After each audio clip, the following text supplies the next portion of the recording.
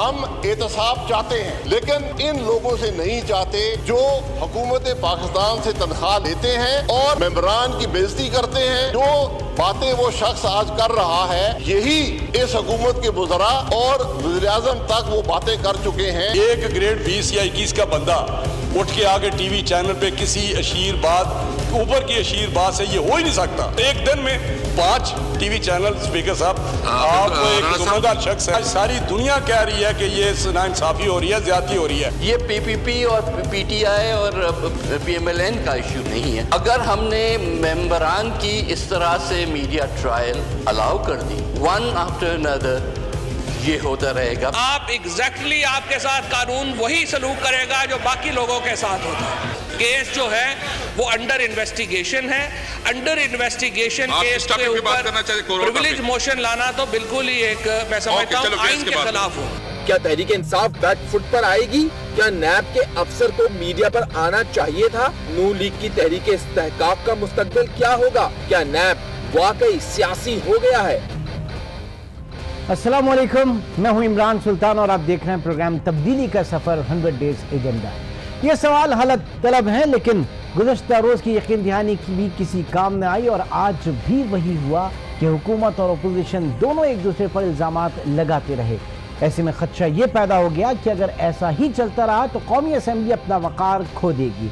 कौमी असम्बली की बेतौकीरी का जिम्मेदार कौन है, यही है आज हमारा बुनियादी सवाल। और नाज़रीन, आप भी आज हमें कॉल करके इस प्रोग्राम का हिस्सा बन सकते हैं और अपनी राय भी दे सकते हैं।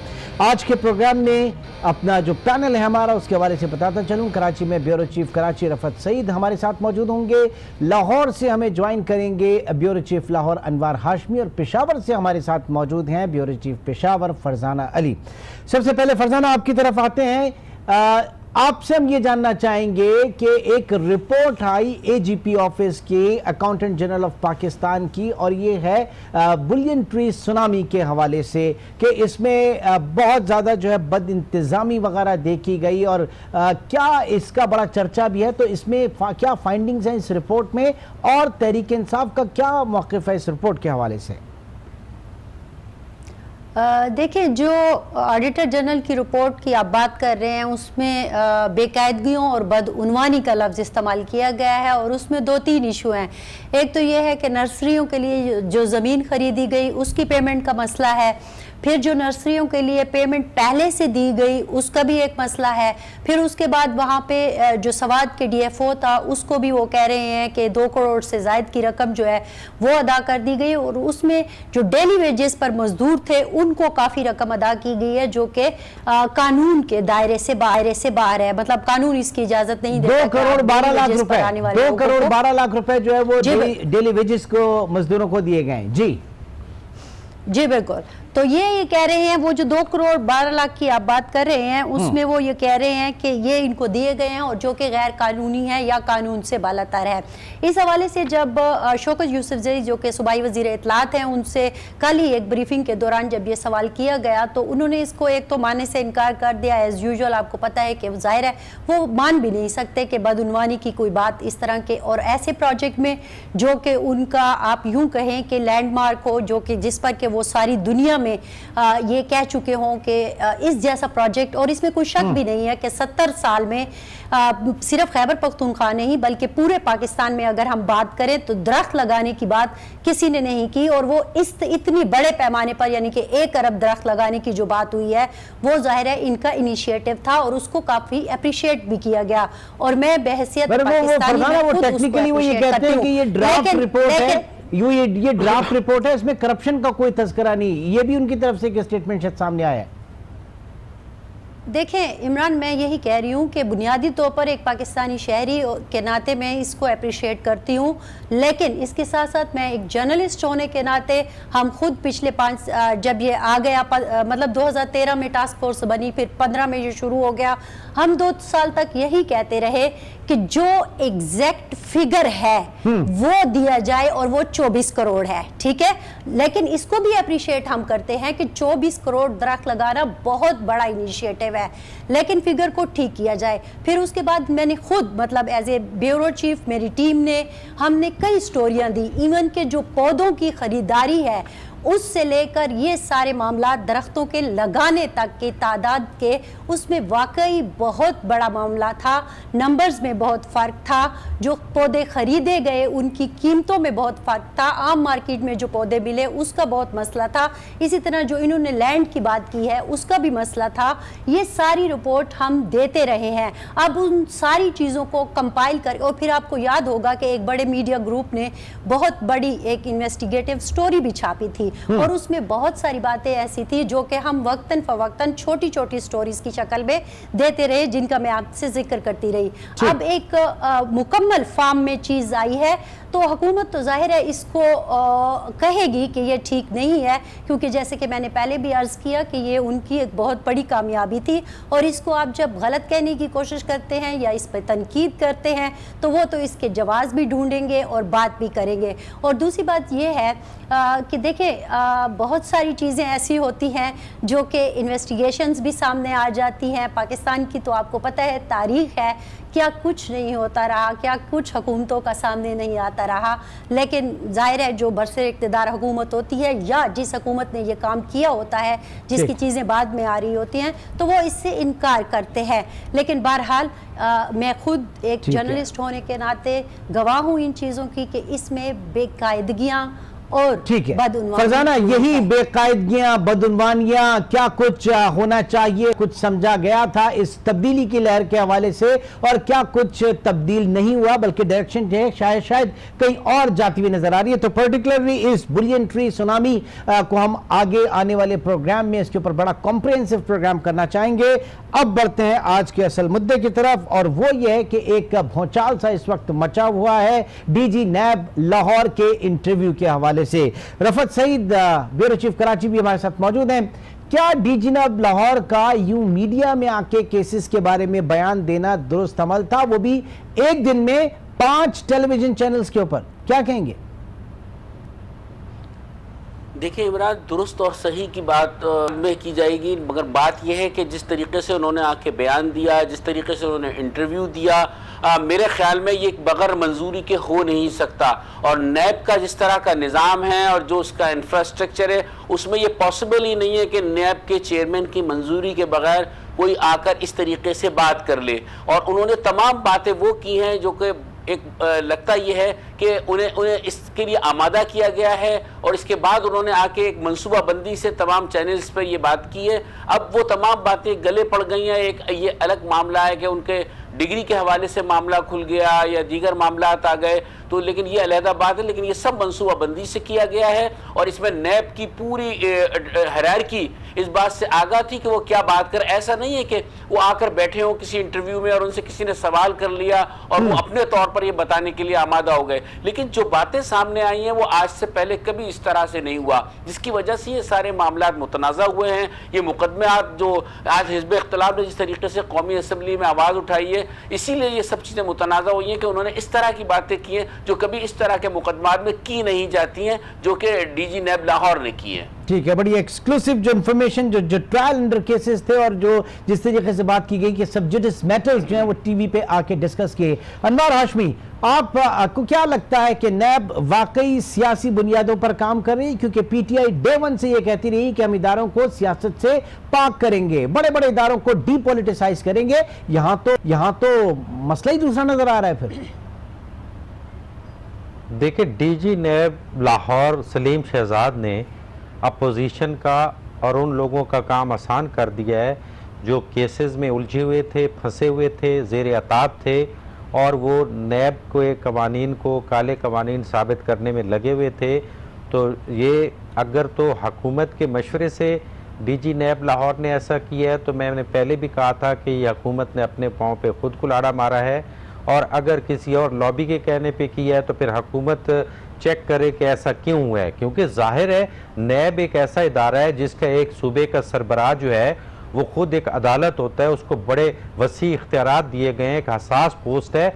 वो कैसे हो सकता है कि वो आके जो है वो टॉक शोज में आके बैठ जाए और उन केसेस के बारे में हतमी राय देना शुरू कर दे जो अभी नैब की अदालत में जाने हैं। जब उसने शहबाज शरीफ के बारे में, साद रफीक के बारे में तफसीली फतवे दे दिए कि हमारे पास तमाम हकायक जो है वो आ चुके हैं, वो गिरफ्तार हो जाएंगे और ये इनके खिलाफ रेफरेंस बन जाएगा, तो नैब अदालत में जाने की ज़रूरत ही पेश नहीं आती। आप तो अदालत पे आम शहरी को असरअंदाज नहीं होने देते, एक सहाफ़ी को कमेंट नहीं करने देते, तो एक जो है वो डीजी साहब खुद आके टॉक शोज में बैठ जाएं, तो उससे आप अंदाज़ा लगा लें। सूरत हाल ये है कि 83 दिन गवर्नमेंट को होने को हैं, जिन्होंने कहा था कि 100 दिन में चीजें स्ट्रीमलाइन हो जाएंगी और आपको नताइज नजर आना शुरू हो जाएंगे। 17 दिन बाकी। तो आप जो बात कर रहे हैं हाशमी साहब, आप जो बात कर रहे हैं इसमें बज़ाहिर जो पीटीआई हुकूमत है उसकी मिसहैंडलिंग भी हो सकती है और साथ ही साथ पीटीआई हुकूमत के साथ डबल गेम भी हो सकता है, दोनों चीजें हो सकती हैं। जी देखें, दोनों के पास डिलीवर करने के लिए कुछ नहीं है। 83 दिन का रिजल्ट आप देख लें तो एक ये भी हो सकता है कि इस तनाज़ा को खड़ा किया जाए। अच्छा। तीसरा पहलू मैं आपको क्लियर बता दूं, मैं पहले भी आज टीवी पे बता चुका हूं कि पीटीआई केपीके और पीटीआई पंजाब के कई रहनुमा जिनकी फाइलें जो है वो नैब में तैयार हैं, वो भी दरूने खाना इस अपोजिशन को सपोर्ट कर रहे हैं कि नैब के कवानीन को तरामीम की तरफ लाए। तरामीम का मतलब होता है कि कोशिश की जाए हंगामा आराई के जरिए कि अब ये आर्डिनेंस मुअत्तल हो जाए और जो फरोग नसीम और अपोजिशन के लोग मिलके जो इसमें तब्दीलियां लाना चाहते हैं उस वक्त तक ये सारी चीज़ें मुअत्तल कर दी जाएं, तो फिर उसके बाद वो क्या फ़ायदे उठा सकते हैं। कोशिश तो ये है, इसमें ये कामयाब होते हैं कि नहीं, इसमें गवर्नमेंट के लोग भी शामिल हैं और अपोजिशन के लोग भी शामिल हैं। अच्छा, फरजाना की तरफ आने से पहले एक कॉलर इस वक्त हम लेना चाहेंगे। जी तारुफ कराइएगा, कौन सा बात कर रहे हैं, कहां से?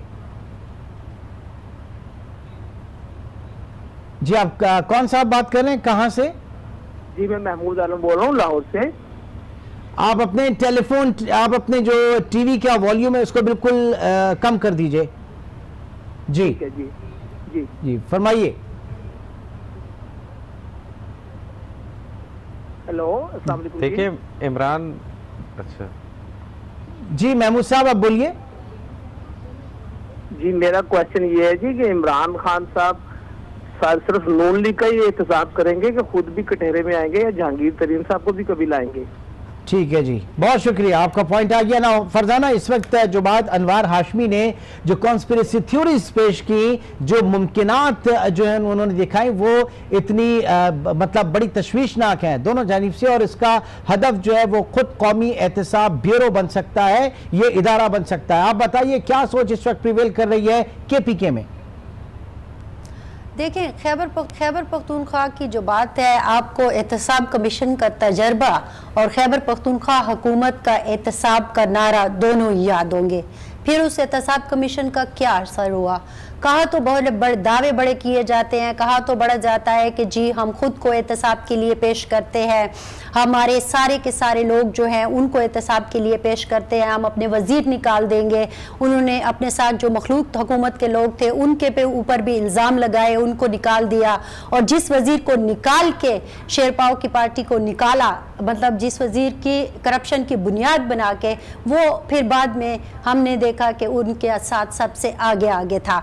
तो ये वो सारी बातें हैं। और फिर एहतसाब कमीशन के डीजी ने जो बाद में बैठ के टीवी पर इंटरव्यूज़ दिए, हमसे बातें की, मुझसे खुद उन्होंने जो पर्सनली बहुत सारे ऑफ द रिकॉर्ड बातें की, उससे पता ये चलता है कि ये जो और सियासतदानों की तरह पिछली हुकूमतों की तरह तहरीक इंसाफ का जो एहतसाब का नारा है उसमें ज़ाती तौर पर, और मेरा जो तजर्बा है, मैं समझती हूँ कि कुछ ज़्यादा साउंड रियलिटीज़ नहीं है, क्योंकि एहतसाब कमीशन को जिस तरह ठप किया गया, जिस तरह उसको नाकाम बनाया गया, जिस तरह उसकी जो उन्होंने फरजाना, इस बीच में एक जरा कॉल लेना चाहेंगे। नासिर साहब ने कराची से हमें ज्वाइन किया। जी नासिर साहब, कहिए क्या कहना चाहेंगे? अस्सलाम वालेकुम। वालेकुम अस्सलाम।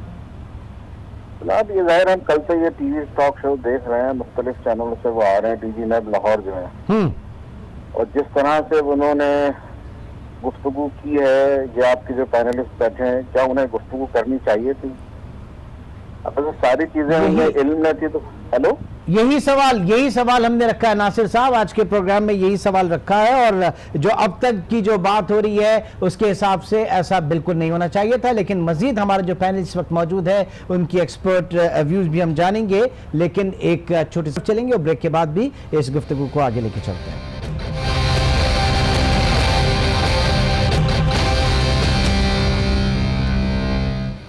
Welcome back. आज के प्रोग्राम में हम बात कर रहे हैं कि क्या एहतसाब ब्यूरो हमारे सियासतदानों की पॉलिटिकल विक्टिमाइजेशन कर रहा है, क्या ये तासुर जो तेजी से उभर रहा है ये सही है या ऐसा नहीं है। आप भी हमें कॉल कर सकते हो। नाज़रीन, इस वक्त भी हमारे साथ एक कॉलर मौजूद हैं। जी फरमाइएगा, कौन सा आप बात कर रहे हैं? खालिद खान बोल रहा हूँ जी। कहाँ से? लाहौर से खालिद खान बोल रहा हूँ। जी फरमाइएगा खालिद साहब।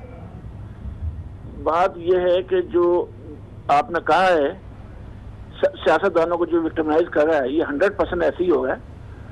और जहाँ तक कौमी असम्बली का मसला, कौमी असम्बली में जो आजकल कुछ हो रहा है ये तमाम काम जो ना जी हुकूमत करवा रही, उसकी वजह यह है। ठीक है जी, लाहौर से बोल रहा हूँ खालिद खान जी। जी जी, आपका पॉइंट आ गया खालिद साहब, बहुत शुक्रिया। अच्छा, रफत सईद साहब कराची में हमारे साथ मौजूद है। रफत साहब, इस वक्त जो बात की जा रही है, जो साजिश कहेंगे ये क्या, ये आगे चल के पता चलेगा इस हवाले से, क्योंकि अगर मुतनाज़ा बनाया जा रहा है किसी भी कॉर्नर से नैब को, तो उसके बेनिफिशरी न सिर्फ पीपल्स पार्टी के लोग, न सिर्फ मुस्लिम लीग नून के लोग होंगे, बल्कि PTI के लोग भी होंगे। तो आप समझ रहे हैं कि सोची समझी साजिश के तहत ये तमाम चीज़ें की जा रही हैं? इमरान, साजिश तो मैं बाद में करूंगा, मगर मैं बताऊं कि जो पिंग पोंग आपस में हो रही है इसका आम आदमी से कोई ताल्लुक नहीं है। आम आदमी ने क्या वोट इसलिए दिए थे तहरीक इंसाफ को या मुंतखब करवा के इसलिए लाए थे कि उनके मसाइल जू के तू रहें? कोई डिस्कस करने वाला नहीं है, कोई पुरसाने हाल नहीं है। आप लोगों का हाल देखें, कोई उनको पूछने वाला है? कोई उनका मुंतखब नुमाइंदे सिर्फ इस सियासत में लगे हुए। असम्बली पहले एक ज़माने में सुप्रीम कोर्ट में रोज़ाना हेयरिंग हुआ करती थी, तो टीवी चैनल सुबह से 9 बजे से शुरू होते थे और शाम 4 बजे तक उस पर फोकस रखते थे। अब ऐसा लगता है कि कौमी असम्बली में होने वाली बहस, उसमें एक दूसरे पे करप्शन के इल्ज़ामात, इसी खेल में उलझे हुए। हमारे मसाइल जो थे, आम आदमी को जो मसाइल थे जो उसे रोज़ाना फेस करना पड़ते हैं, उसको एड्रेस करने के लिए न इमरान खान कुछ कर रहे हैं, न हिज़्ब इख्तिलाफ कुछ कर रही है। खुदारा इन लोगों को अब इन चीज़ों की तरफ गौर करना चाहिए और जो इदारे इस काम के लिए बनाए गए उन पर ये छोड़ दें। वो इदारे सियासत भी ना करें इस तरीके से और इश्यूज को एक दूसरे से मिलाएं नहीं। आप देखें कि एक दूसरे से किस तरीके से मिलाया जा रहा है चीज़ों को कि आप समझ ही नहीं पा रहे कि मामला साजिश किसने की है, कौन कर रहा है। आया जो DG नैब लाहौर थे वो किसी के इशारे पे कर रहे हैं कि इदारे के सरबराह के कहने पे कर रहे हैं? कौमी असम्बली में इदारे के सरबराह पे इल्ज़ाम लगाया गया। इल्ज़ाम तराशियाँ ही हो रही हैं। मेरे ख्याल में इससे हमें निकलना चाहिए। ठीक है, तो जो अनवार हाशमी साहब, जो कल्चर आज कौमी असम्बली में परवान चढ़ रहा है वो कितना ज़हर कातिल है हमारे सियासी, हमारी जमहूरियत के लिए। और ज़ाहिर है कि हम सब शर्मसार हैं जो ज़ुबानें वहाँ पे इस्तेमाल की जा रही हैं जिस तरह की, ये कहीं से भी हौसला अफजा नहीं है। देखिए, वही इल्ज़ाम फिर वही आता है कि अब तक के जितने भी दिन गुजरे हैं उसमें 2 चीज़ें बहुत नुमायाँ रही हैं, एक फवाद चौधरी और एक फैजुल हसन चौहान पंजाब में। ये उनकी कारकर्दगी नुमाया जो नज़र आती है ये इन 2 चेहरों की शक्ल में नज़र आती है, क्योंकि ना तो वो बताने को तैयार हैं कि जो बिजली का बिल 2711 रुपये आता था वो 4979 रुपये कैसे आने लग गया है, क्योंकि वो 300 और 700 यूनिट वाला जो चक्कर है वो आवाम उसमें पिसी हुई है। और जैसे कि रिफत साहब कह रहे थे कि आवाम के मसाइल कुछ और हैं, वो हकायक तो एक लंबी है जो आप 85 दिनों के कारकर्दगी पे आप प्रोग्राम कर लीजिएगा तो अंदाज़ा हो जाएगा कि इस पूरे शोर शराबे के अंदर दोनों फरीक फ़ायदा हासिल कर रहे हैं। हुकूमत भी फ़ायदा हासिल कर रही है। मसलन मैं आपको एक टेक्निकल बात बताऊं, जैसे पहले मैंने आपको पंजाब और KPK की बात बताई है। मसलन DG नैब जिसने इंटरव्यू दिया उसने बताया है कि आप ये न समझें कि सिर्फ आशियाना पे शहबाज शरीफ को बुलाया है। इसको मैं लिंक कर रहा हूँ एक ख़ास बात से। उन्होंने कहा है कि हमने तमाम 56 कंपनियों के लिए शहबाज शरीफ को बुलाया है, उसके अलावा जो CPEC के झैली इदारे हैं, मेट्रो बस वगैरह, उनके सिलसिले में बुलाया है। तो इस पूरे सिलसिले में तकरीबन कोई 150 के करीब ब्यूरोक्रेट्स जो हैं वो इन्वॉल्व हैं जो कि इन इदारों से वाबस्ता थे। उस तमाम के तमाम अब काम रोक के बैठे हुए हैं इस खदशे के पेश नज़र कि अब हमारी भी बारी आएगी, इसलिए वो कोई आर्डर करने के लिए तैयार नहीं है। हुकूमत ये बता नहीं पा रही कि उनकी वजह से काम रुका हुआ है, क्योंकि एक बेतरतीबा एक काम शुरू किया गया है। अभी आप देखेंगे कि चंद गिरफ्तारियों के बाद ये काम रोकना पड़ेगा, वरना ये हुकूमती निज़ाम स्टक होकर रह जाएगा। आप समझ रहे हैं, आप कहना चाह रहे हैं कि इस वक्त एक गैर यकीनी किसी सूरत हाल में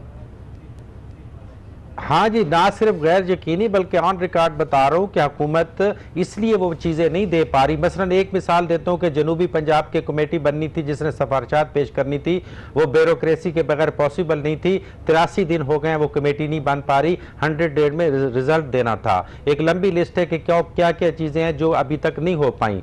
मसलन आप वज़ीर आला उस्मान बुज़दार की बात करते हैं कि वो बड़े एक पसमानदा इलाके से आए थे जहाँ बिजली भी नहीं मिलती। तो अब आप देखें कि वो 4 मंजिला GOR में बंगले में रह रहे हैं जो कि परवेज़ मुशर्रफ के दौर में तामीर किया गया था वज़ीर आला के लिए, और उसमें बिजली इतनी है कि वो उस गांव को पूरी बिजली दे सकते हैं जो वहाँ पे यूज़ कर रही हैं। तो फिर उनके ये जिस तरफ रिफत साहब निशानदेही कर रहे हैं तो उसके गाँव के तो लोग कहेंगे कि घर पीर का बिजली के चिरागों से रोशन और हमको तो मुयस्सर नहीं मिट्टी का दिया अभी। तो ये इन कामों में इस आड़ में सारे लगे हुए हैं और अपना जो है वो मुद्दा पूरा किए जा रहे हैं। तो ये यकीनन फायदे भी उठाए जा रहे हैं और इसमें नाइली भी जो है वो शुमार होती है, क्योंकि DG नैब ने वाज़े कह दिया है कि वाइट कॉलर क्राइम के लिए इतनी आसानी से सबूत नहीं मिल सकते जितनी, यानी इनडायरेक्ट कहना चाहते थे कि जितनी तेजी इमरान खान ने ऑर्डर लगाया है कि ये हम मुझे करके दिया जाए। ठीक है, तरफ चलते हैं। फरजाना, बस सादा सा सवाल है, कौमी असेंबली की बेतौकीरी का जिम्मेदार कौन है? जाहिर है कौमी असम्बली की बेतौकीरी का या ओवरऑल पार्लियामेंट की बेतौकीरी का जिम्मेदार खुद पार्लियामेंटेरियन है, क्योंकि हम बार बार इस प्लेटफार्म से भी और हर प्लेटफार्म से यही कहते आ रहे हैं कि ये मुल्क उस वक्त तक मुस्तहकम नहीं हो सकता जब तक कि पार्लियामेंट को मजबूत किया जाए। लेकिन हम 70 सालों में देख रहे हैं कि जहां एक तरफ दूसरी कुव्वतें इस पार्लियामेंट को कमज़ोर बनाने में अपना किरदार अदा करती हैं, वहां खुद पार्लियामेंटेरियन भी इसमें भरपूर किरदार अदा करते हैं। अब ये आप देख लेना कि दावे क्या किए जाते थे। मैं थोड़ा सा हाशमी साहब की उस बात को भी लेकर चलूंगी कि इन्होंने कहा कि ब्यूरोक्रेसी को किस तरह मफलूज कर दिया गया है, या वो खामोश होकर बैठ गए हैं, कोई काम करने के लिए तैयार नहीं कि कुछ हो न जाए। यही सारा कुछ खैबर पख्तूनख्वा में भी हुआ था, जब बार बार इस तरह का नारा लगाया गया कि एहतसाब होगा और विसल ब्लोअर का कानून आएगा। ये और बात है कि विसल ब्लोअर के कानून का कमीशन आज तक नहीं बन सका। तो बातें और दावे जो हैं वो बहुत सारी चीजों में प्रॉब्लम प्रैक्टिकल पर्पस वहां पे नैब जो है वो बंद हो गया था ना। फिर वहां पे तो जब इस तरह की सूरत हाल में ये चीजें आ गई थी, यहाँ क्या होगा फिर? बिल्कुल, मैं एहतसाब कमीशन बंद हो गया था। तो अभी आप देखें ना, यही तो बात हाशमी साहब भी कर रहे हैं और बार बार हम यही कह रहे हैं कि आप इदारों को, इसका मतलब है सारे मिलकर नाकाम बनाने की कोशिश कर रहे हैं और मुल्क को जिस नहज पर लेके जा रहे हैं। तो इसका मतलब तो यही हुआ कि जो दूसरी कुव्वतें ये कहती थी कि पार्लियामेंटेरियन या जमहूरी लोग इस काबिल नहीं है या ये मुल्क जमहूरियत के काबिल नहीं है, तो क्या ये हुकूमत इसीलिए लाई गई है कि जमहूरियत पर आखिरी ज़रब लगाई जाए? और क्या ये सिर्फ ये भी एक सवाल है ना कि आखिर क्या हो रहा है इस मुल्क में? और फिर वो लोग जो पहले से बैठे हुए हैं वो अपने आप को बचाने के लिए, अपने गुनाहों को धोने के लिए, उन पर पर्दे डालने के लिए, अपनी करप्शन को बचाने के लिए सारा दिन आप देख लें कि पार्लियामेंट में क्या होता है। वो बड़ी अच्छी उन्होंने बात की कि पहले हम जो है किसी और इदारे की लाइव ट्रांसमिशन चलाया करते थे। अब आप यकीन करें कि खैबर पख्तूनख्वा में इतने मसाइल हैं, इतनी स्टोरियां हैं, लेकिन हम उनको ऑन एयर नहीं कर सकते, क्योंकि जैसे ही 1 बजे का बाद का टाइम शुरू होता है तो पार्लियामेंटेरियन की गाली गलौज शुरू हो जाती है। एक के ऊपर आवाजें कसता है, दूसरे के ऊपर तो बड़ी अच्छी टाइम मैनेजमेंट की हुई है मीडिया के हिसाब से, बड़ी अच्छी टाइम मैनेजमेंट की हुई है। पूरे बुलेटिन जो है वो इसी गाली गलौज की नजर हो जाते हैं।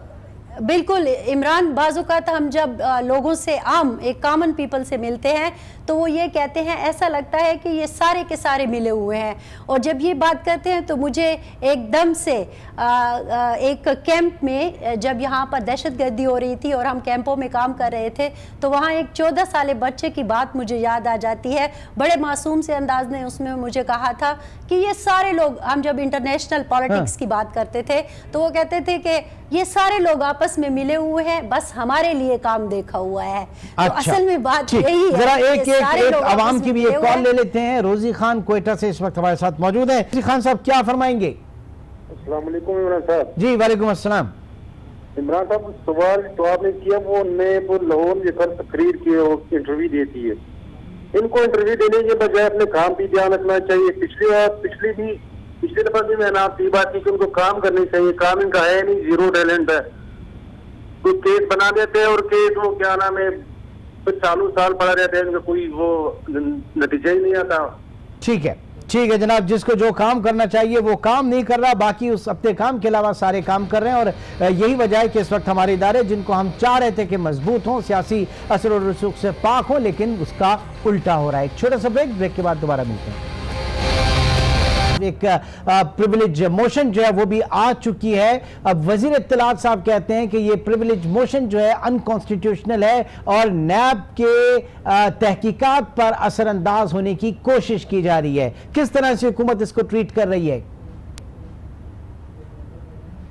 देखिए, ये तो डिफेंड करने वाली बात है। गलती का एतराफ़ करके उसकी इस्लाह करनी चाहिए थी। कोई प्रिविलेज मोशन जो है इस तरह की गैर आइनी नहीं होती, क्योंकि एक अफसर जो है, आला अफसर, वो टीवी शोज़ में बैठ के अदालती अमूर के बारे में पहले जो बयान दे रहा है, इसके बारे में बहुत वाज़ेह कवानीन है। इस पे जो है वो एक लंबी बहस हो सकती है, लेकिन इसको कहना, इमरान खान को 100 दिन मज़ीद चाहिए तो वो दोबारा असर-ए-नौ जायज़ा लें कि गलतियां कहाँ हो रही हैं, क्योंकि सबसे बड़ा नारा एहतसाब का था। कौम जो है बिल्कुल इमरान खान के साथ थी। ऐसे ना हो कि इन बातों की वजह से कौम का एतबार भी एहतसाब से उठना शुरू हो जाए और बहुत बड़ा नुकसान होगा। क्योंकि बिल्कुल वाज़े कहना चाहता हूँ, डीजी नैब भी इशारा कर चुके हैं कि इमरान खान के जो अलाइज हैं, ना तो चौधरी बरादरान इस तरह का एहतसाब चाहेंगे जिनकी फाइलें मौजूद है, डीजी बता गए हैं, ना अलीम खान जो है इस तरह का एहतसाब चाहेंगे। क्यों? उसकी रीज़न ये है कि ऐसा सादगी वाले वज़रा कि जो 3 वज़रा आला के सेक्रेटेरिएट थे, उनमें से एक अलीम खान ने 90 शराह संभाल लिया है, जिसका करोड़ों रुपए बजट है। शहबाज शरीफ तो फिर भी जिन पे इल्ज़ामात थे अपने मॉडल टाउन के घर में रहा करते थे।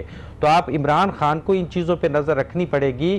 क्योंकि आखिरी बात करूँगा कि सादगी के लिए 3 अरब रुपए बजट कम किया गया पूरे मुल्क में और 170 अरब रुपए तरक्याती बजट कम कर दिया गया है। तो ये टीम जो है अपने साथियों को, अपने हुक्मरानों को बेवकूफ़ बना रही है और इस पार्लियामेंट में जो हंगामा आराई की आड़ में जो है वो अपने फ़ायदे भी गेन करना चाह रहे हैं। तो इमरान खान ही हैं आखिरी उम्मीद जो अपनी टीम पे भी नजर रखें और असर-ए-नौ जायजा ले कि कौन। इस बीच में आवाम क्या कहती है, आवाम क्या कहती है, खल्क़े खुदा क्या कहती है? महबूब आलम साहब इस वक्त लाहौर से हमारे साथ मौजूद है टेलीफोन लाइन पे। जी महबूब आलम साहब, फरमाइए, क्या कहना चाहेंगे?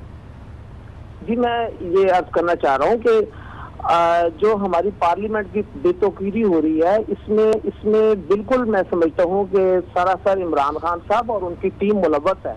उन्होंने पार्लियामेंट पर लानतें भेजी हैं और जिस तरीके से उन्होंने पार्लियामेंट को ट्रीट कर रहे हैं, आज भी अपने लबो लहजे में सख्ती लाए हुए हैं और वो गालम गलोज कर रहे हैं। इनसे उनको बिल्कुल परहेज करना चाहिए। वो मुल्क को चलाना चाह रहे हैं कि मुल्क में इंतशार लाना चाह रहे हैं।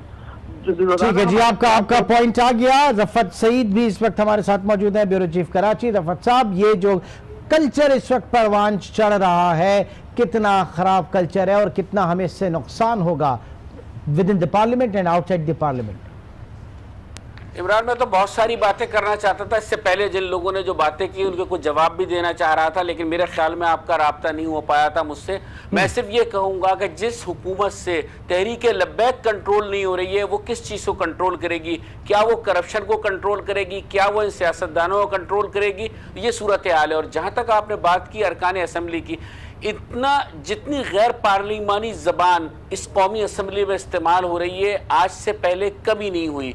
और इससे इदारों की भी बेतौकीरी हो रही है और जमहूरियत की बेतौकीरी हो रही है। और अगर और अब तो वो सीनियर सियासतदान कर रहे हैं जो इससे पहले कभी लेबल्ड नहीं थे इस तरह के लबो लेजे से, वो तक मैदान में आ रहे हैं। जी बिल्कुल, आप ये देखें कि जवाब दर जवाब, यानी जवाब देना बहुत ज़रूरी समझा जाता है। और फिर वो बात जैसा कि हाशमी साहब ने कही थी कि वज़ीर इत्तलात फवाद चौधरी और पंजाब के वज़ीर इत्तलात फिर एक मुराद सईद, 3-4 लोग ऐसे हैं कौमी असम्बली में जो प्रोवोक करते रहते हैं। इस कस्म की गुफ्तगू करवाते रहते हैं और यकीनन हिज़्ब इख्तिलाफ की तरफ से जवाब भी आता है। मेरे ख्याल में इमरान खान को अपने इन लोगों को कंट्रोल करना चाहिए और जब तक के खुद अभी तक वो उस मूड से बाहर नहीं आ रहे हिज़्ब इख्तिलाफ के, मेरे ख्याल में उन्हें यकीन ही नहीं है कि वो अब हुकूमत में आ चुके हैं। अभी वो इसको 100 दिन में इसी बात को महसूस नहीं कर पाए कि वो हुकूमत में आ चुके हैं और ऐसा ना हो कि ये 100 दिन मुकम्मल होने के बाद वो मजीद 100 दिन मांगे कि अब मुझे मजीद 100 दिन दिए जाएं ताकि इसमें और बेहतरी लाऊं, मईशत को बेहतर करूं। लेकिन खान साहब ने तो वादा किया था कि 2 महीने में 2 मरतबा जो है वो पार्लियामेंट में आएंगे। लास्ट 2 मंथ से तो वो पार्लियामेंट में नहीं आए। आप ये देखें, उसको वो ये कह रहे हैं कि वो मुल्क बैरून मुल्क दौरे करने वाली बात जहाँ थी वो भी एक हवा में चली गई और कौमी असम्बली में आने वाली बात जो है वो भी आपके सामने है कि अब वो कहीं नज़र नहीं आते। उनकी जगह पर हर मामले का जवाब देना जो है फवाद चौधरी, मुराद सईद ये अपना जवाब देना फ़र्ज समझते हैं। और आप देखें कि कितनी बेबसी स्पीकर की नज़र आती है। आज से पहले कभी किसी कौमी असम्बली के स्पीकर को मैंने इतना बेबस नहीं देखा जिसने असद कैसर नज़र आते हैं। बिल्कुल उनसे ऐवान कंट्रोल नहीं हो रहा है और जिसकी वजह से ये सारी मुश्किल। फरजाना, एक मॉडल, एक रोल मॉडल हुकूमत जो है KPK में, उसके ऊपर उसके बाद तवक्का हो चली थी कि पूरे पाकिस्तान में ये कल्चर होगा। खान साहब से बड़ी तवक्का थी, उम्मीद थी और अभी भी है कि वो असेंबली के अंदर आएंगे। आप क्या कहेंगी? देखिए, उम्मीदें तो उनसे बड़ी हैं, लोगों को उन पर अभी भी बहुत सारा यकीन है। ठीक है कि कुछ लोग जो माशी हालात हैं उसकी वजह से बहुत परेशान हैं, ख़ुसूसन हमारी जो लोअर क्लास है वो बहुत ज़्यादा अपसेट है। पख्तूनख्वा में भी मैं देखती हूँ कि वो लोग जिन्होंने बड़ी मोहब्बत से खान साहब को वोट दिए थे और उनको हर हाल में वज़ीर आज़म बनाना चाहते थे और सिर्फ 1 पॉइंट एजेंडा था कि करप्शन का खात्मा होगा।